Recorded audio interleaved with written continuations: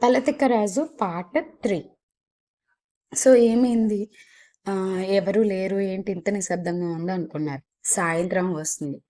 So సాయంత్రం అయ్యేటప్పటికి మొత్తం అంతా హడావుడిగా అనిపించిందనమాట ఆ ఊరు ఒక్కసారిగా. ఏంటి అసలు ఏం జరుగుతుంది అంటే, ఆ గ్రామంలో ఉండే వాళ్ళందరూ కూడా లేచి వర్క్స్ చేయడం స్టార్ట్ చేశారనమాట.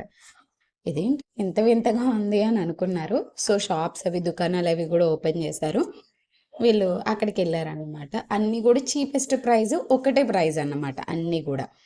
వాళ్ళకి ఆశ్చర్యంగా అనిపించింది. ఇదేంటిది అన్నీ ఒకటే రేటు ఉన్నాయి అనుకుని వాళ్ళకి కావాల్సినవన్నీ కూడా కొనుక్కున్నారు. ఇంకా శిష్యుడు ఆనందానికైతే అవధుల్లేవు. అబ్బబ్బబ్బా ఎంత తక్కువ రేటుకు ఉన్నాయి అని తనకి కావాల్సినవన్నీ కొనుక్కున్నాడు. గురువుగారు శిష్యుడు కొంచెం వాళ్ళకి కావాల్సింది తిన్న తర్వాత గురువుగారు శిష్యుడితో ఒక మాట చెప్తారనమాట. ఏంటి